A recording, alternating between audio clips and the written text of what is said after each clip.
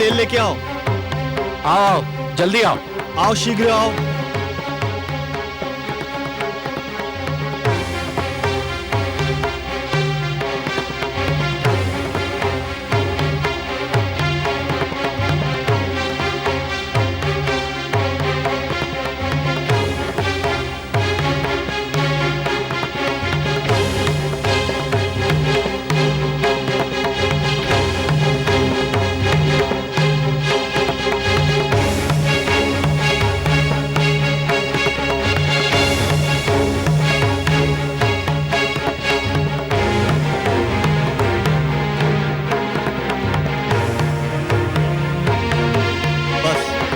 अब और अधिक तेल की आवश्यकता नहीं है। हाँ, शिष्यों, तुम दूर उधर जाकर खड़े रहो। जाओ जाओ।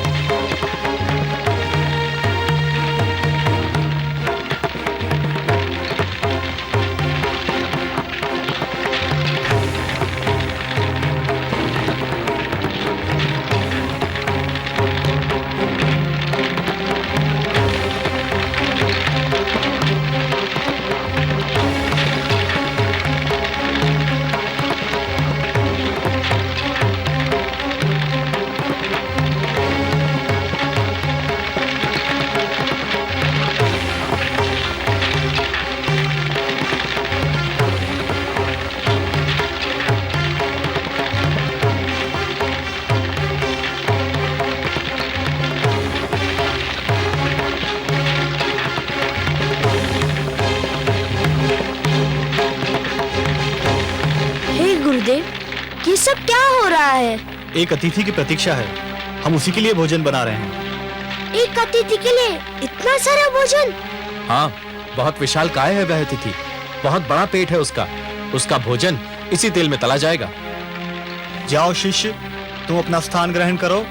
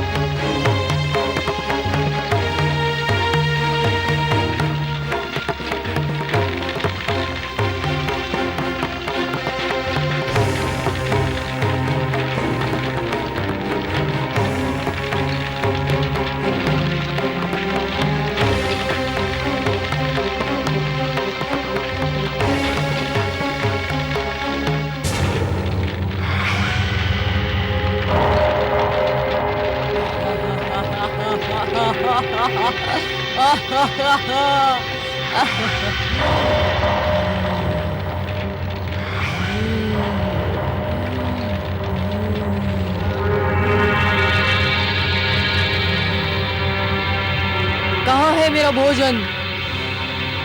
मेरा भोजन कहाँ है?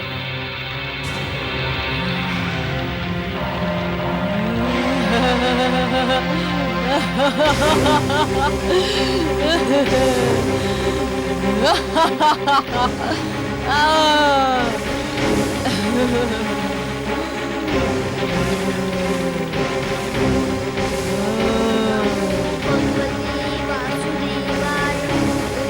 नमो भगवते वासुदेवाय भगवते वासुदेवाय ओम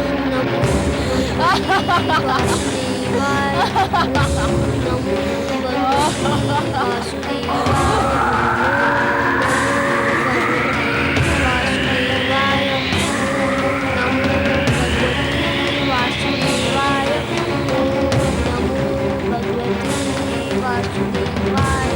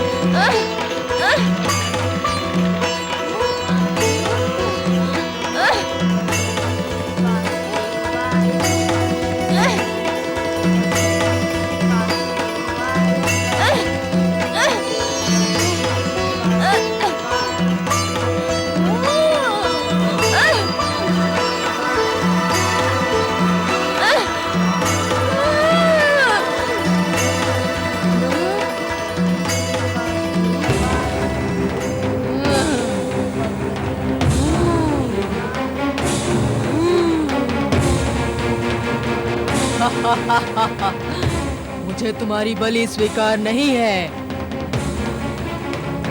भागो भागो भ्रातामर्क, जिस घड़ी का भय था वो घड़ी आ गई। कृत्या प्रहलाद को मारने में असफल हो गई। अब वो हमें नहीं छोड़ेगी।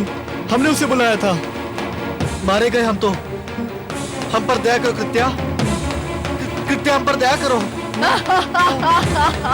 हम पर दया करो कृत्या। नहीं, कृत्या हमें माफ कर दो, माफ कर दो हमें। कृत्या हम पर दया करो। नहीं नहीं नहीं, कृत्या हम पर दया करो। हम पर दया करो कृत्या। कृत्या हमें छोड़ दो। छोड़ दो हमें। हम पर दया करो कृत्या। नहीं नहीं, हम पर दया करो कृत्या। कृत्या हमें छोड़ दो। कृत्या कृत्या हम पर दया करो।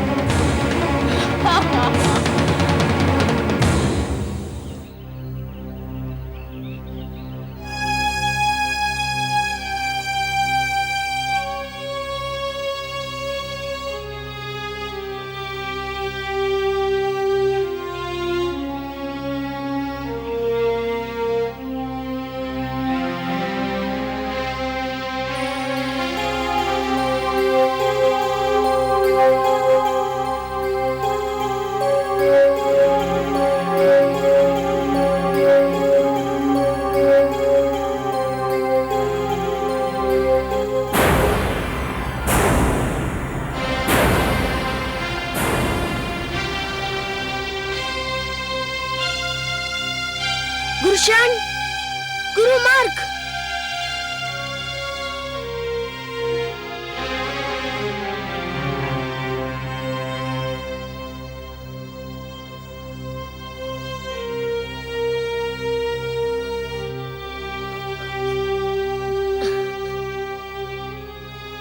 क्या हुआ? कृत्या ने अपना कार्य समाप्त कर दिया पुत्रों? हाँ गुरुदेव। तुम? हाँ गुरुदेव। चंडर अमर कहाँ है? उन्होंने जिस शक्ति को जन्म दिया था उस शक्ति ने उनकी हत्या कर दी। क्या? हाँ ये सत्य है गुरुदेव। नहीं नहीं, ये नहीं हो सकता है। ये संभव नहीं है। चंड अमर, मेरे पुत्रों!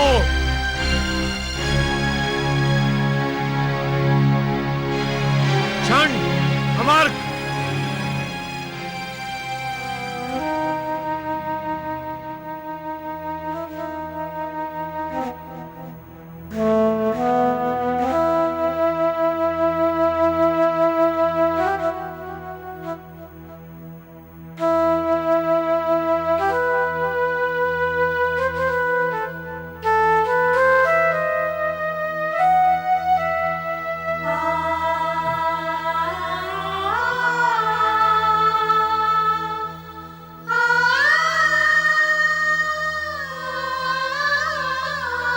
ये क्या हो गया मेरे पुत्रों? ये क्या हो गया? मुझे अकेला छोड़कर इस दुख सागर में डुबोकर तुम कहां चले गए? हे मेरे होनहार पुत्रों, मैंने तुमसे क्या क्या आशाएं बांध रखी थी। तुम्हारे रूप में मैं शुक्र वंश का यश देखता था। तुम जीवित थे तो मुझे विश्वास था कि मेरा वंश जीवित रहेगा, फलेगा फूलेगा। मेरे कार्य को तुम आगे बढ़ाओगे, पर यह सब क्या हो गया? मुझे तनिक भी अनुमान नहीं था कि कृत्या के विषय में जो तुमने भय प्रकट किया था वो सत्य भी सिद्ध हो सकता है। मैं तुम दोनों को संजीवनी मंत्र से जीवित भी नहीं कर सकता। संजीवनी मंत्र तो केवल युद्ध में मारे गए, दुर्घटना में आहत और महारोग से ग्रसित को ही जीवित कर सकता है। तांत्रिक शक्तियों द्वारा मारे हुओं के लिए वे प्रभावहीन हैं। मैं विष्णु भक्तों का वंश मिटाना चाहता था, परंतु इस दुष्ट बालक ने मुझे कहीं का ना रखा। मेरी विद्या मेरे किसी काम ना आई, मेरी विद्या मेरे किसी काम ना आई।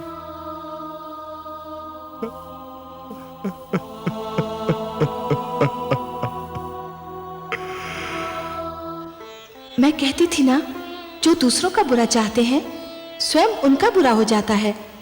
मेरे पुत्र को मारने चले थे दैत्य गुरु, एक क्षण को भी ये ध्यान नहीं आया कि वो भी किसी माँ का पुत्र है। अब अपने पुत्र मारे गए तो कैसा विलाप कर रहे हैं दैत्य गुरु। सिंगिका की भांति दैत्य गुरु भी अपने दुख को केवल दुख समझते हैं। उनके लिए दूसरों का दुख केवल परिहास की सामग्री होता है। आप सत्य कह रही हैं महादेवी। इसलिए मैं बार बार यही कहता हूं कि कभी किसी को किसी का बुरा नहीं सोचना चाहिए, क्योंकि जो भी व्यक्ति किसी और का बुरा सोचता है अंत में उसका भी बुरा हो ही जाता है। दैत्य गुरु को अपने तंत्र मंत्र पे बड़ा विश्वास था। समझ रहे थे कि उनके तंत्र मंत्र से बड़ी कोई शक्ति है ही नहीं। यह उनका भ्रम है महादेवी, उनका भ्रम है। जो भी व्यक्ति ये समझते हैं कि यह तंत्र मंत्र, ये सर्वनाश और अंधकार की शक्तियां केवल किसी और को ही क्षति पहुंचा सकती हैं, तो वो उनका भ्रम है। सत्य तो यह है महादेवी कि जो ईश्वर के सच्चे भक्त होते हैं, जो स्वयं ईश्वर पर संपूर्ण विश्वास करते हैं, ये तंत्र मंत्र की शक्तियां उनका बाल भी नहीं बांका कर सकती। हे महादेवी, जिस प्रकार द्वेष और घृणा का मारा व्यक्ति पड़ोसी के घर को जलते हुए देख ये भूल जाता है कि उसी अग्नि की लपटें स्वयं उसका घर भी जला सकती हैं, उसी प्रकार जो व्यक्ति तंत्र मंत्र में विश्वास करता है वो ये भूल जाता है कि यही तंत्र मंत्र की शक्तियां स्वयं उसका भी सर्वनाश कर सकती हैं। सत्य है सर्वेश्वर, आप जो कह रहे हैं उसका एक एक अक्षर सत्य है। देखिए तो महादेवी, कोई भला सोच भी सकता है कि इतने महान दैत्य गुरु शुक्राचार्य अपने पुत्रों की मृत्यु पर इस प्रकार विलाप करते हुए दिखाई देंगे? गुरुदेव, क्या आप वास्तव में मेरे गुरुजन शन और अमर की मृत्यु का उत्तरदायी मुझे समझते हैं? तुम्हें नहीं समझूं तो किसे समझूं? परंतु गुरुदेव, क्या ये उचित है? उचित हो या अनुचित, पर सत्य यही है कि तुम्हारे ही कारण मेरे पुत्रों के प्राण गए, तुम्हारे ही कारण मेरी प्रतिष्ठा पर प्रश्न चिन्ह लग गया, तुम्हारे ही कारण समस्त असुर लोक का अस्तित्व संकट में पड़ गया। मेरे पुत्रों को जीवित रहना था, वे मर गए। तुम्हें मर जाना था, तुम बच गए। गुरुदेव, यदि आप ये जानते हैं कि मैं बच गया, तो आप ये भी भली भांति जानते हैं कि मैं कैसे बच गया, किसने बचा लिया मुझे। तो आप ही कहिए, जिसने मुझे बचाया वे ईश्वर है या वे जो मुझे बार बार मारने का प्रयत्न कर रहे हैं, वो असफल होते जा रहे हैं। वो मेरे पिताश्री हिरण्यकश्यपु हैं। चुप रहो। नहीं चुप रहूंगा गुरुदेव। आज आपको बताना ही होगा कि आप अपने मन से मेरे पिताश्री को ईश्वर मानते हैं। इससे क्या अंतर पड़ता है? अंतर पड़ता है गुरुदेव, किसी को मन से ईश्वर मानना एक बात है और किसी को भय या स्वार्थ के कारण ईश्वर मानना दूसरी बात। मैं जानता हूँ कि मेरे गुरुजन शन और अमर मेरे पिताश्री को भय के कारण ईश्वर मानते थे और आप उन्हें स्वार्थ के कारण ईश्वर कहते हैं। मैं गुरु हूं और गुरु का धर्म है शिक्षा देना।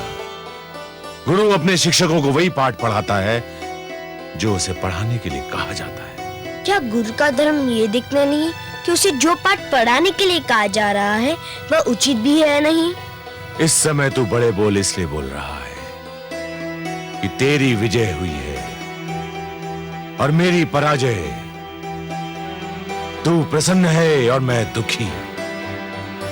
तुझे प्रसन्नता है कि मेरे दोनों पुत्रों और तेरे गुरुजन मृत्यु को प्राप्त हुए।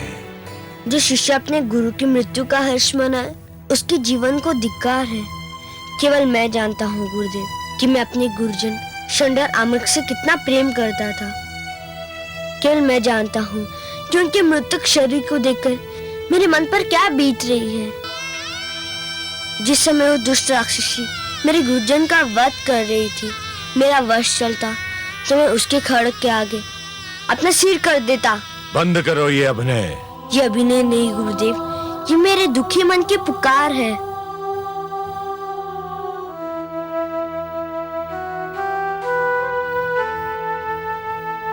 हे वासुदेव, हे पद्मनाभ, हे नीलकांत, हे विष्णु, यदि मेरी भक्ति में कोई खोट नहीं है, मेरी श्रद्धा में कोई मैल नहीं है, मेरी उपासना में कोई स्वार्थ नहीं है, मेरे गुरुजन को जीवन दान देकर मेरे माथे से ये कलंक मिटा दीजिए कि मैं अपने गुरुजन की मृत्यु का कारण हूँ।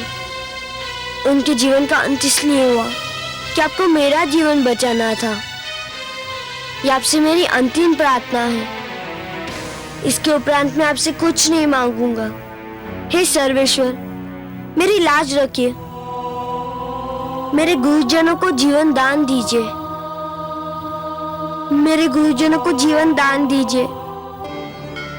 सुना आपने कमल नयन? देखा मेरे पुत्र का भोलापन? लीजिए, अब उसकी अंतिम इच्छा भी पूरी कीजिए। बड़ा विचित्र है ये बालक भी। शत्रुओं के दुख पर भी यूं बिलख पड़ता है जैसे कि ये अपना दुख हो। महान है ये बालक महादेवी, महान है ये बालक। जब ये हंसता है तो सारा संसार इसके साथ हंसता है, पर जब ये रोता है तो अकेला ही रोता है। यदि रोने वाले के साथ कोई रो दे तो वो व्यक्ति श्रेष्ठ कहलाता है महादेवी, महान कहलाता है। दूसरों के दुख को अपना दुख तो केवल वही व्यक्ति समझ सकता है जिसका हृदय दर्पण की भांति स्वच्छ हो। पर यह कहने की आवश्यकता थी कि ये उसकी अंतिम इच्छा है और इसके उपरांत वो आपसे कभी कुछ नहीं मांगेगा? महादेवी, ये कहकर उसने स्वार्थी दैत्य गुरु शुक्राचार्य के सामने यह सिद्ध कर दिया है कि वो स्वयं कितना निस्वार्थी है। कभी अपने लिए कुछ नहीं मांगता। यदि हाथ पसारता भी है तो दूसरों के लिए।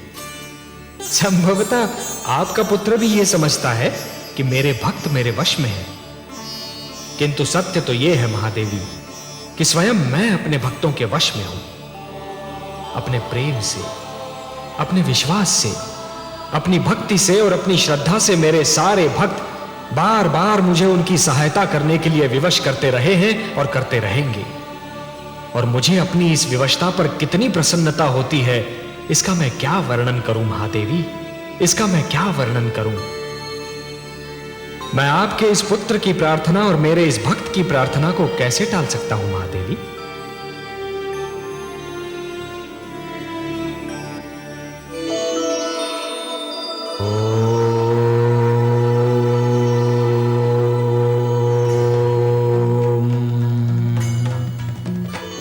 नमो भगवते वासुदेवाय। ओम नमो भगवते वासुदेवाय। ओम नमो भगवते वासुदेवाय। ओम नमो भगवते ओम नमो भगवते वासुदेवाय। ओम नमो भगवते वासुदेवाय। ओम नमो भगवते वासुदेवाय।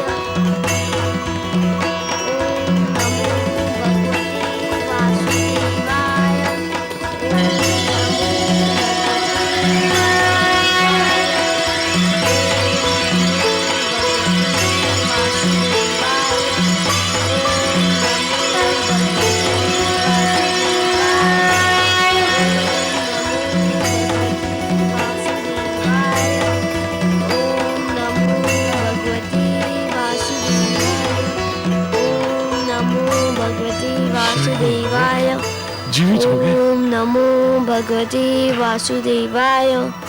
शरण, ओम नमो अमर्क। भगवते वासुदेवाय।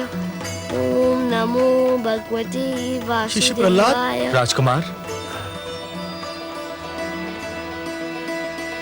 हे विष्णु, आपको कोटि कोटि धन्यवाद। शरण, अमर्क, सुना नहीं तुमने? मैंने तुम्हें बुलाया। इधर आओ, ये मेरा आदेश है। आपके आदेश का पालन हमारे उस जीवन का धर्म था जिसका कारण आप थे। ये तो हमारा नया जन्म है, हमारा दूसरा जीवन है। और यह जीवन हमारे प्रिय शिष्य प्रहलाद ने हमें प्रदान किया है पिताश्री। ये आप क्या कर रहे हैं गुरुजन? आपने मेरे चरण छू लिए तो मैं सदा के लिए पापी हो जाऊंगा। हम तुम्हारा मार्गदर्शन चाहते हैं शिष्य। तुम्हारे पीछे चलना चाहते हैं शिष्य प्रहलाद। मैं जिस पथ का पथिक हूँ उसमें न कोई किसी के आगे चलता है ना कोई किसी के पीछे, उस पर सब साथ साथ चलते हैं। मैं भक्ति मार्ग का पथिक हूँ। आइए आप भी पथिकों के इस लहराते सागर में लहरों की भांति आप भी मिल जाइए। आपका स्वागत है गुरुजन। पिताश्री, हम ये घोषणा करते हैं कि शिष्य प्रहलाद का ईश्वर ही हमारा ईश्वर है। हाँ, हमारे भगवान विष्णु हैं, हिरण्यकश्यपु नहीं। धन्य है गुरुजन, आपने सत्य की राह देख ली। अब आप जो भी शिक्षा देंगे वो सच्ची शिक्षा होगी।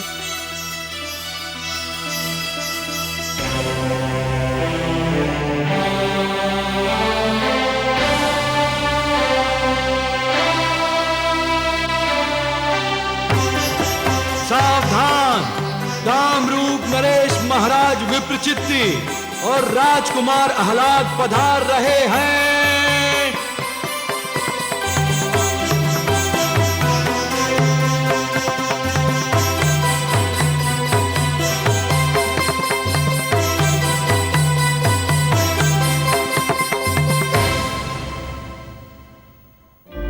सर्वशक्तिमान भगवान असुरलोक सम्राट हिरण्यकशिपु असुरलोक साम्राज्य महारानी कयाधु के साथ राजसभागार की शोभा बढ़ा रहे हैं।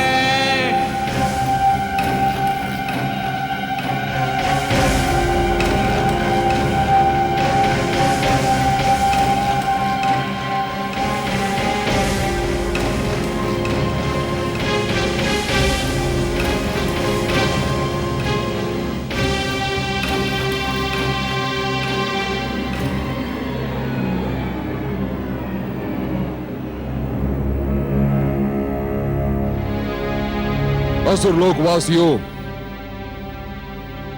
मेरे प्रियजनों, आज शुभ दिन है, अत्यंत शुभ दिन। एक राजा का धर्म होता है कि वो अपनी प्रजा को योग्य उत्तराधिकारी दे। आज मैं एक घोषणा करूंगा। अब सबके सम्मुख एक ऐसे रहस्य को खोलूंगा जिस पर आज तक पर्दा था। वो घोषणा है कि मैं भगवान हिरण्यकशिपु राजकुमार आह्लाद को अपना युवराज और अपने सिंहासन का उत्तराधिकारी नियुक्त करता हूं।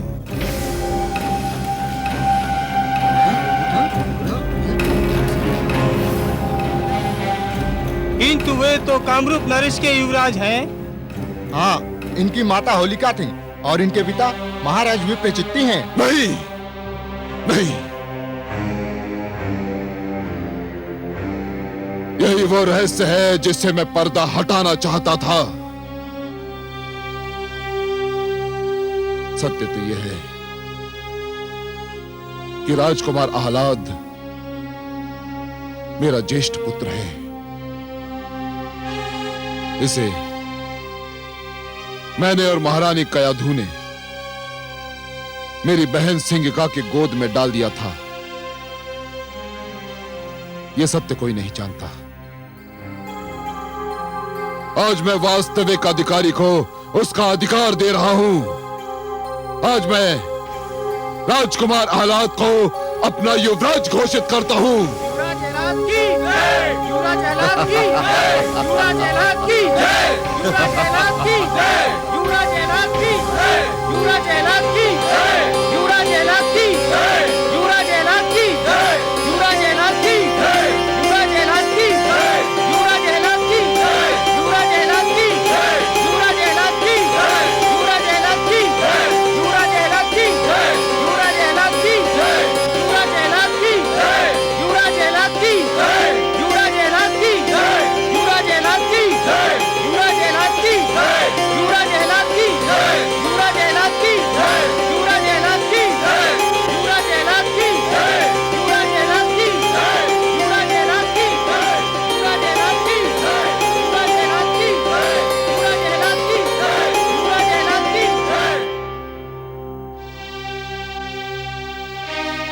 युवराज आह्लाद को सिंहासन पर आसीन करने के लिए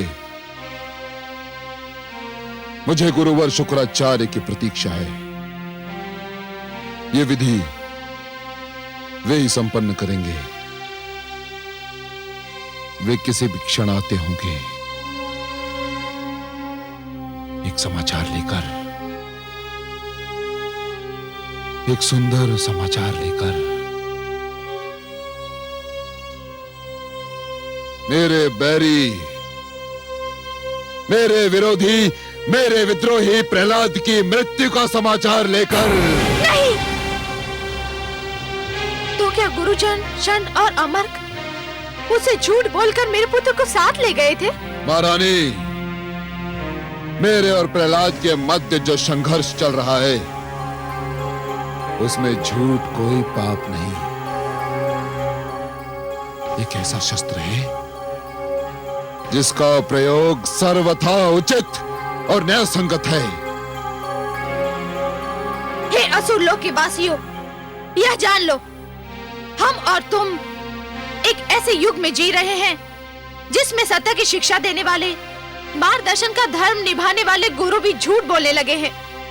जिस समाज के गुरु झूठे हो, वह समाज कदापि सुरक्षित नहीं हो सकता। मैं शन और अमर को इस झूठ के लिए कदापि क्षमा नहीं करूंगी, कदापि नहीं। आप सत्य कहती हैं महारानी।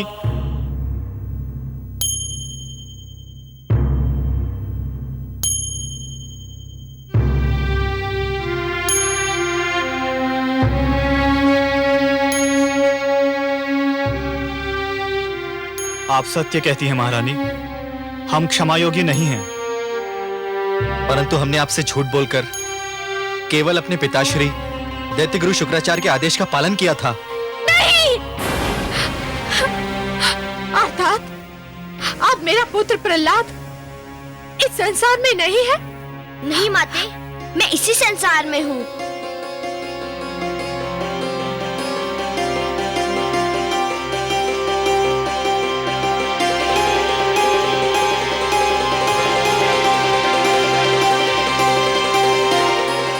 आपका आशीष सदा मेरे साथ था। मुझे क्या हो सकता था?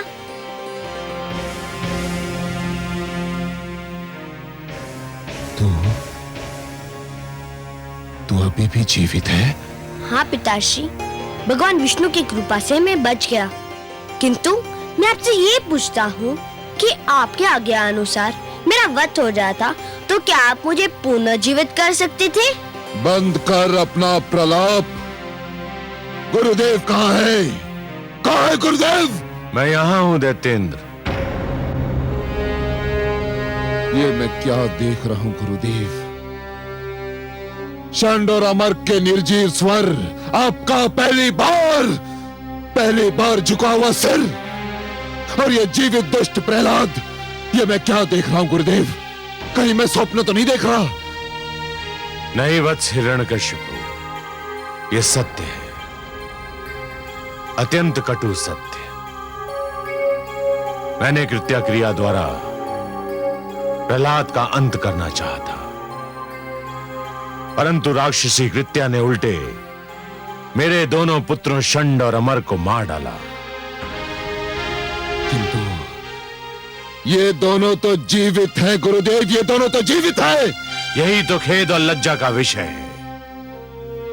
मेरे दोनों पुत्रों का जीवन तुम्हारे विरोधी पुत्र प्रहलाद की दया का दान है। मेरी शक्ति तुम्हारे पुत्र की शक्ति के समक्ष हार गई। मैंने आज तक कभी हार नहीं मानी, किंतु आज मैं अपनी हार स्वीकार करता हूं।